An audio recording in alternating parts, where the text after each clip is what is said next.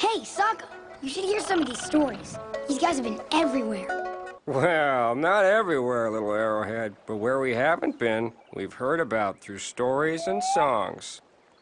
They said they'll take us to see a giant nightcrawler. On the way, there's a waterfall that creates a never-ending rainbow. Look, I hate to be the wet blanket here, but since Katara is busy, I guess it's up to me. We need to get to Omashu. No sidetracks, no worms, and definitely no rainbows. Whoa, sounds like someone's got a case of destination fever.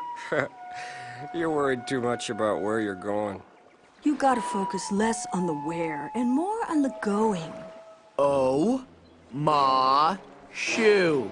Sokka's right. We need to find King Bumi so Aang can learn earthbending somewhere safe. Well, sounds like you're headed to Omashu. There's an old story about a secret pass right through the mountains.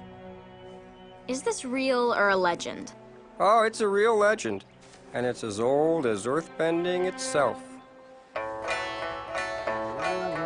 Two lovers forbidden from one another, a war divides their people, and a mountain divides them apart. Built a path to be together. Yeah, I forget the next couple lines, but then it goes, Secret tunnel!